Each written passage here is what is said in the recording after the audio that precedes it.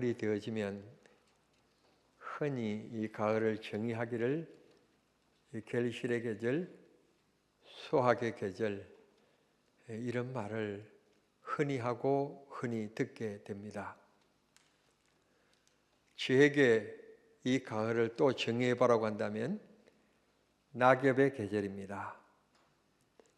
여러분들이 오늘 교회 오실 때 왜 교회 그늘나무 밑에 낙엽들이 이렇게 지저분한데 대간질 어제 목사님이 뭐 한다고 이 낙엽도 안 썰고 그대로 뒀나, 그렇게 하신 분이 혹 계실는지 모르겠는데 제가 왜 안 썰었는지에 대하여서 여러분에게 변명을 하려고 하는데, 이유는 여러분들은 너무 성실하게 바쁘게 살아가시는 분들이라 내장산이 설악산이 어디 붙었는 줄도 모르고 살아가시는 분들 아닙니까? 그래서 교회 오셔서만이라도 낙엽을 한번 밟아보시라고, 이래서 제가 낙엽을 안 썰었습니다. 이 깊은 마음을 좀 이해해 주시면 감사하겠습니다. 자, 앞에서 말씀드린 것처럼 가을은 결실의 계절, 그렇게 얘기합니다.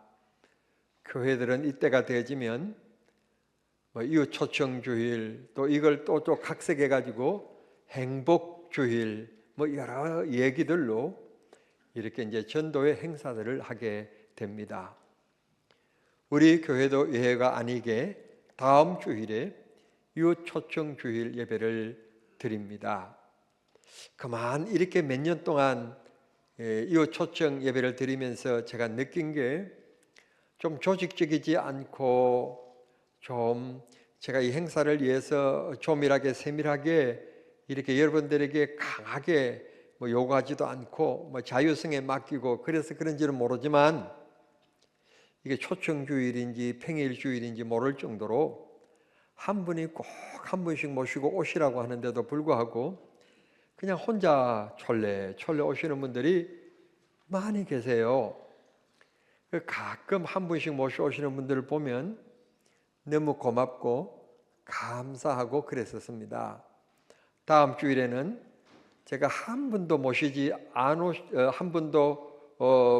않고 오신 분들은 그냥 안녕하시냐고 인사하고 지나가는 그런 분 되지 마시고 정말 한 분씩 모셔와가지고 제가 2, 3초라도 더 머물러서 반갑다고, 고생하셨다고, 잘 오셨다고 그런 말을 다 듣는 그런 주일이 되었으면 너무너무 좋겠습니다. 제가 기뻐하는 것이 아니라 하나님이 영광 받으시고 하나님이 축복해 주실 줄을 믿습니다. 우리가 느끼는 것처럼 시작도 너무너무 중요합니다. 시작도 아름답고 좋아야 되지만 모든 문제가 끝이 좋아야 됩니다. 끝. 지난 주간에 우리 한국의 스포츠 문화 가운데 최고로 손꼽는 야구 경기가 끝났습니다. 프로 야구 경기가 끝났는데요. 이번에는 진짜 수십 년 만에 하나가 그 마음속에 엉어리진 우승을 못한 게 정말 이번에는 풀 줄 알고 특별히 투수 가운데서 유현진이라고 이 버들유신데 여러분이 혹시 모르실까 봐 제가 이렇게 풀어서 말씀을 드립니다. 유현진 선수를 영입해서 특별히 우승할 줄 투수진을 강화시켜서 이게 우승할 줄 알고 기대가 굉장히 컸는데 안타깝게도 LG가 우승을 했습니다. 그 LG가 우승하는 가운데 끝났는데 초반에서는 별 성적이 좋지 않다 그렇게 생각인지 모르지만 초반을 시작하자마자 LG라고 하는 팀이 두각을 나타냈어요. 성도 여러분, 우리가 모든 일들을 보면 처음도 중요하지만 끝이 좋아야 돼요. 끝이 좋아야 돼요. 남녀가 만나서 딴 사랑의 결실을 맺는 결혼도 너무 중요하지만 마지막 결론이 좋아야 돼요.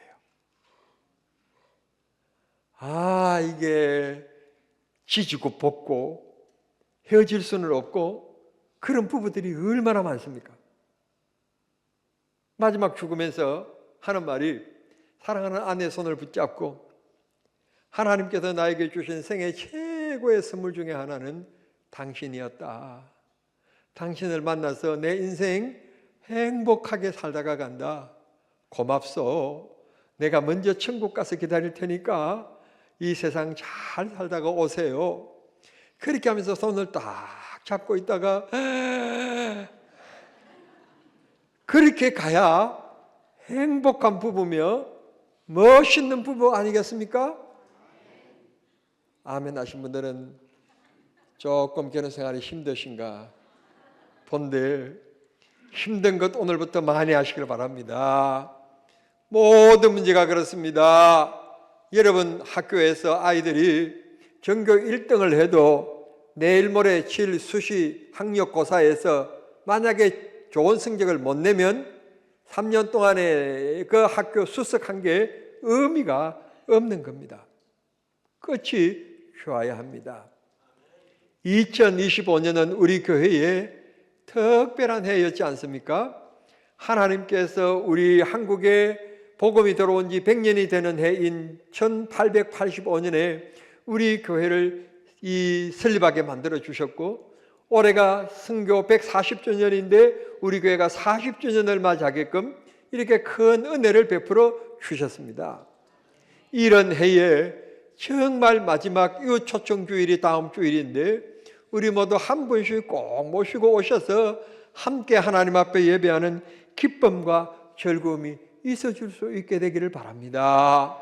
주님께서 하시는 말씀이 이 땅의 지상명령, 아버지와 아들과 성령의 이름으로 세례를 주고 모든 사람을 가르쳐 지키게 하라고 하는 이 전도의 사명이 이 지상명령이라고 우리는 알고 있으며, 또 사도행전으로 넘어가면 하나님께서 120명이 마가다락방에 간절히 기도할 때 성령의 충만함을 주시고 방언과 예언을 했다고 얘기했습니다. 그 예언이 보통 그냥 알아듣지 못하는 방언과 예언이 아니라 갈라디아 사람들이 갈라디아어로 알아듣는 그런 고급적인 방언을 주셨어요. 그렇게 준 이유가 뭔가 그랬더니 1장 8절에 보니까 내가 너희들에게 성령이 임하시면 권능을 받고 땅 끝까지 이르러 내 증인이 되리라. 성령을 주신 이유도 병자를 고치는 기적과 능력과 은사에도 하나님께서 영혼 구원을 위하여 주신 것이구나 하는 것을 우리가 알게 됩니다. 그러므로 하나님께서 우리들에게 주신 귀한 명령, 주님께서 우리들에게 명하신 지상 명령, 다음 주일에 꼭 우리가 감당해내는 은혜가 있게 되기를 바랍니다. 아이고, 이 어르신들이 계시는데 제가 이런 말을 하면 참 결례가 될 것 같는데요. 이 나이가 되니까 깜빡깜빡해요. 그래가지고 어떤 모임에 갔는데 그 건물이 얼마나 큰지 차가 막 그 지하로 들어가는데 밀려가지고 또 내려가고 또 내려가고 또 내려가라는 거예요. 차를 주차시켰는데 점심 식사를 잘 마치고 나와서 차를 찾는데 글쎄 차를 몇 층에 두었는지 모르겠어요. 그런데 제 차가 뭘 누르면 삐삐삐 이게 뭐 연락을 준다든지 뭐 비상등이 켜진다든지 그게 아니라 자동 키이기 때문에 할 수 없이 차를 찾아야 돼요.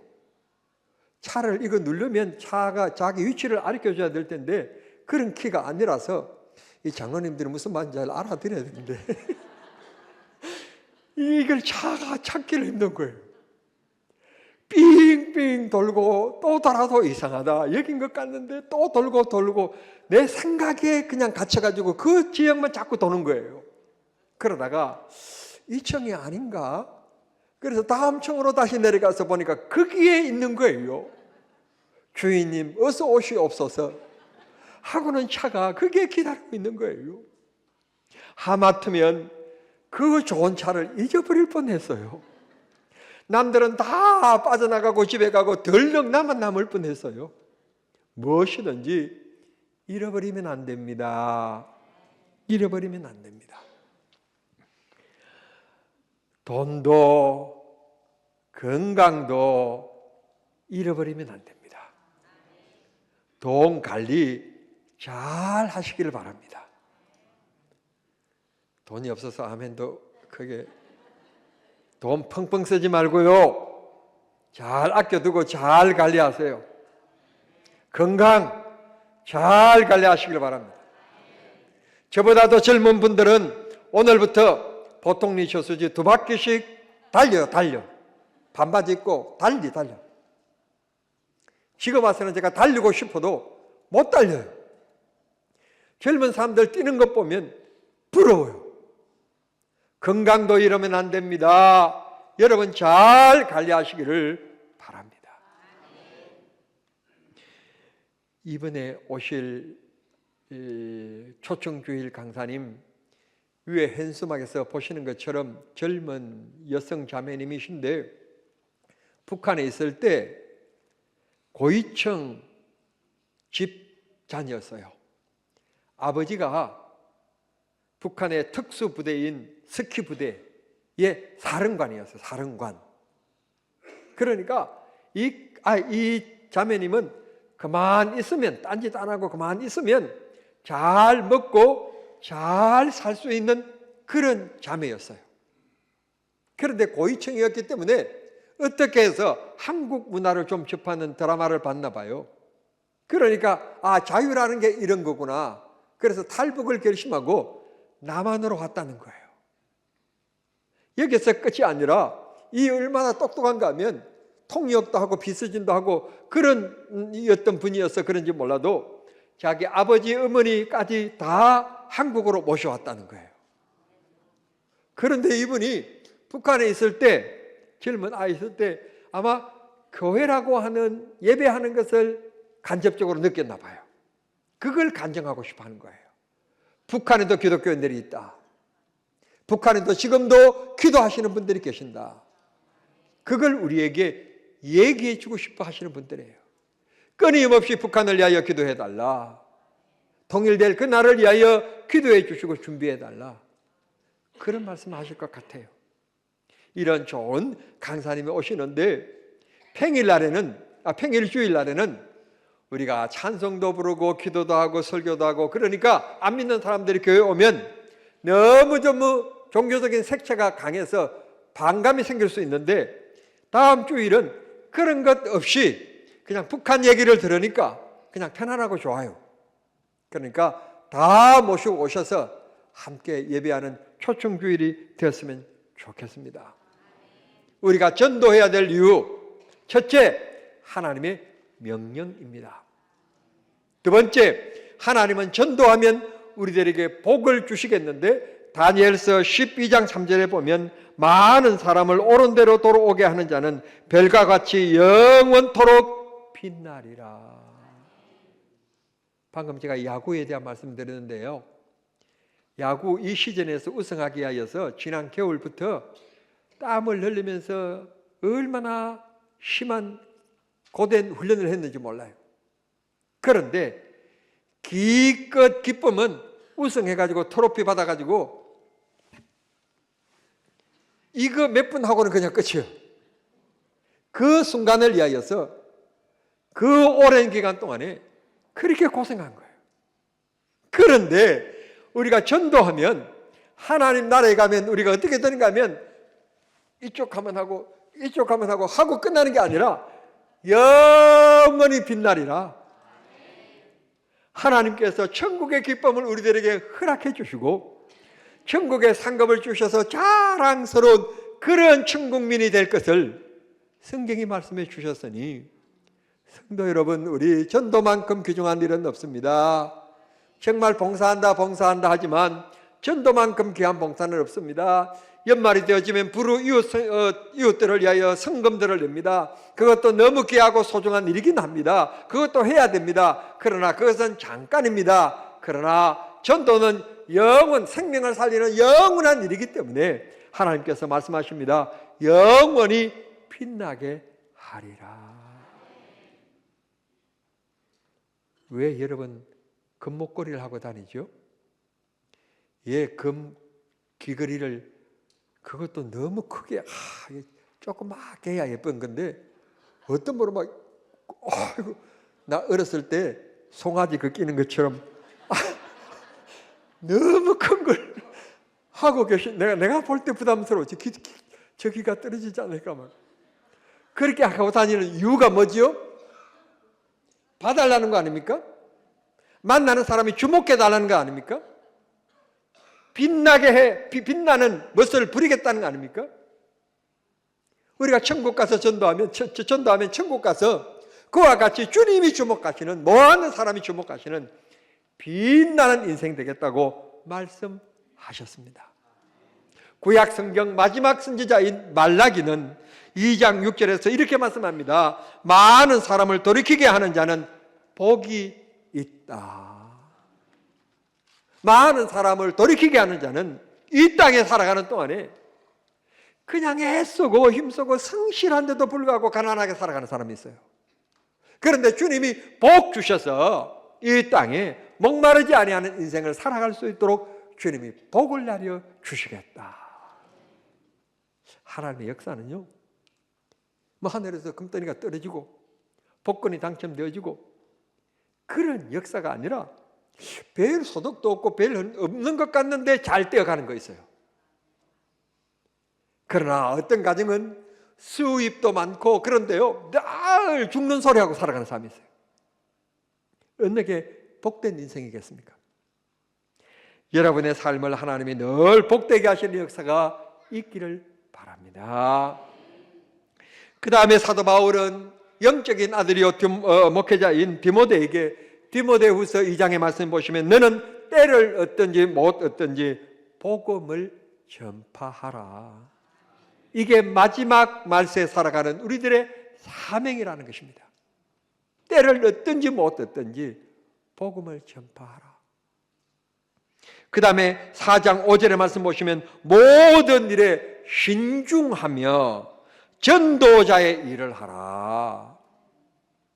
여러분 여기 말씀을 주목하실 것은 전도자의 일을 잘 감당하고 충성하라고 열심히 하라고 말하지 않고 앞에 수식어를 하나 두었는데 뭐라고 말씀하셨는가 하면 신중해라 그랬습니다. 무슨 말인가 하면 세상 살아가면서 실실 농담이나 하고 빌렸는데 잘 갚지도 않고 그런 신의가 없는 사람이 전도하면 너가 믿는 예수 나 믿고 싶지 않는데 그렇게 된단 말이에요.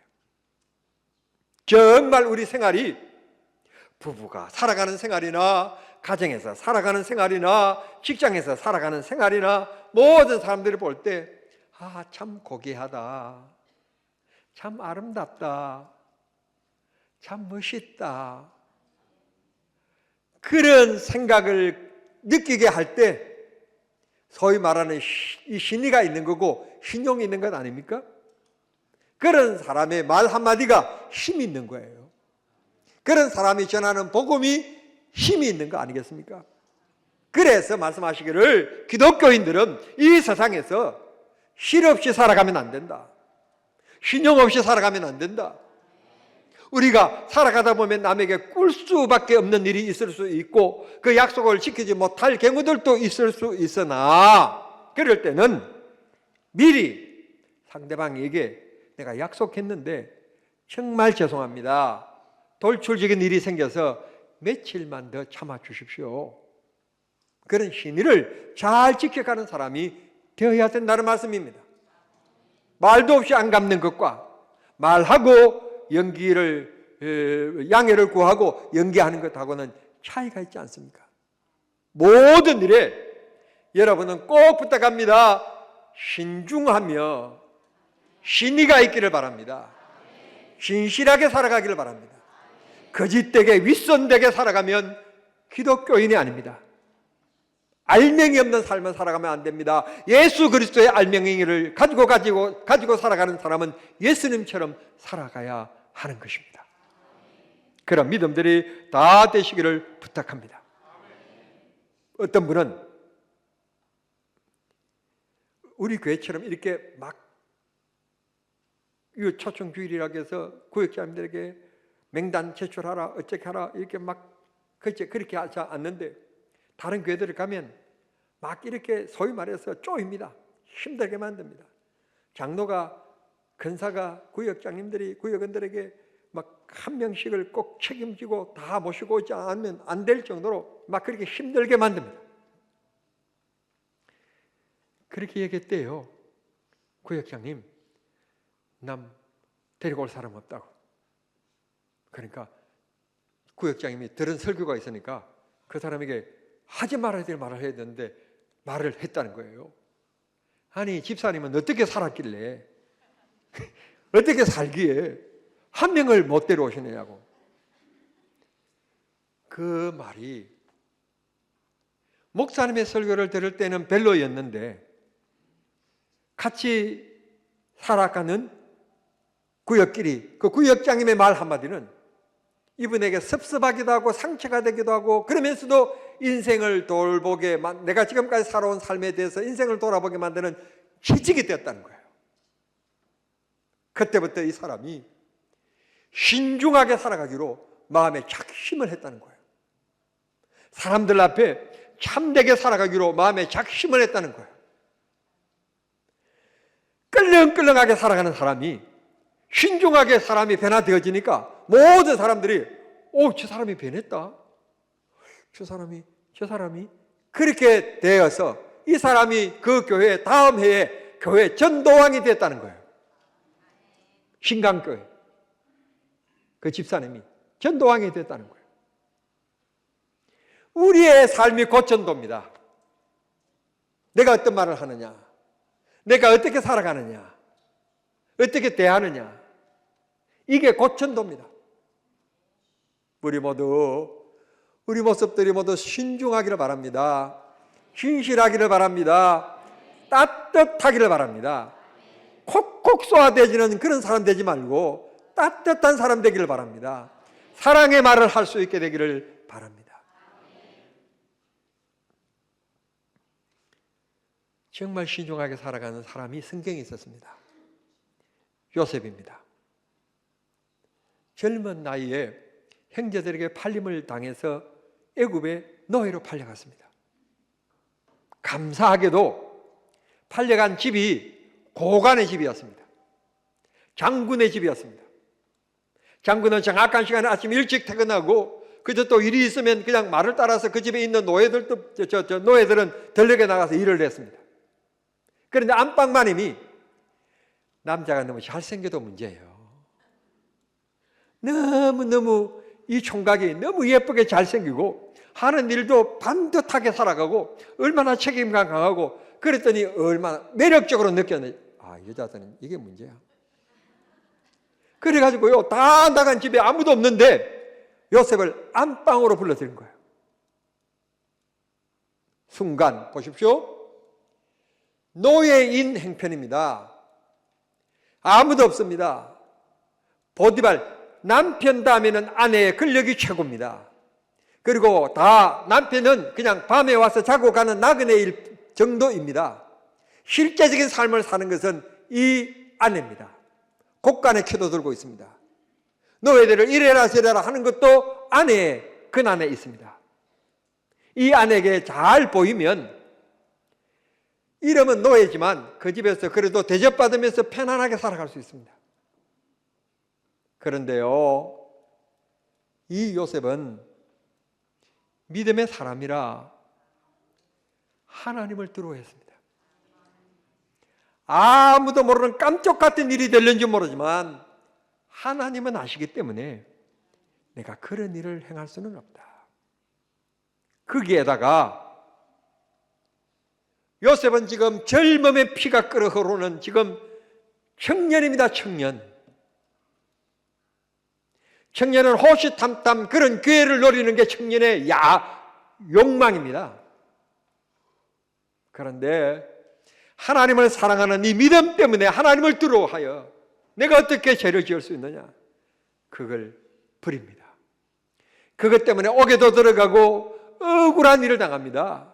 그런데요, 하나님께서 그를 높여주시는데 보십시오. 보디발 집에서 보디발 부인이 개우 감싸주는 편안하고 좋은 음식 먹고 그런 생활이 아닙니다. 하나님이 높여주시는데 애굽의 총리가 되게 만들어 주셨습니다. 네, 아멘이 나는 강하게 하라고 확 이렇게 했는데 남의 일이니까 기분 아멘. 하나님이 높여주셨습니다. 시시하게 사람들에게 몇 푼 얻고 사람들에게 베풀어지는 편리한 그런 시간에 여유 없고 그런 정도의 시간으로 끝난 게 아닙니다. 감히 비교할 수 없는 하나님이 놀라운 복을 주시는데 높여주셨다. 애굽의 총리가 되게 하셔서 나중에는 자기 아버지 형제들을 먹이 살리고 자기 민족을 먹이 살리는 위대한 인물이 되었다는 것입니다. 사랑하는 성도 여러분, 대충 살지 마십시오. 요셉처럼 신중하게 사십시오. 하나님이 높여주실 것입니다. 하나님 앞에 살아가는 복된 인생들이 되기를 바랍니다. 사람이 박수 쳐주는 것은 한순간입니다. 그러나 하나님이 높여주시면 영원토록 빛나리라. 이런 복이 이번 초청주의를 통해서 여러분의 복이 될 수 있게 되기를 우리 주님 이름으로 축원합니다. 축원합니다. 하나님 아버지 감사합니다. 좋은 계절에 주님 앞에 모여 예배케 하셨고 오늘 주신 말씀 양 100마리를 가지고 있는 이 주인이 한 마리의 양을 잊어버렸습니다. 한 마리의 양은 99마리의 양보다도 하나님 가치 없습니다. 그럼에도 불구하고 99마리의 양을 그 자리에 두고 잃어버린 양 한 마리를 찾아서 나섰습니다. 하나님 그 양을 찾으니 너무너무 기쁘고 좋아서 잔치를 베풀었다고 했습니다. 이와 같이 천국에서도 한 소자를 잊어버린 한 소자를 찾는 걸 하나님이 기뻐하신다고 했습니다. 우리 모두 하나님을 알지 못해서 잃어버린 인생으로 살아가는 사람들, 우리가 복음을 전하는 좋은 기회 유초청 주일날 하나님 꼭 한 사람씩 전도하여서 꼭 모시고 나와서 하나님 아버지여 우리 자신들이 복을 받는 계기가 될 수 있도록 역사하시고 또 그분은 와서 예수 믿어서 영생을 얻는 기쁨을 누리는 역사가 있게 하여 주시옵소서. 하나님 역사하실 줄 믿습니다. 하나님 역사하여 주실 줄 믿습니다. 예수님의 이름으로 기도하옵나이다. 아멘.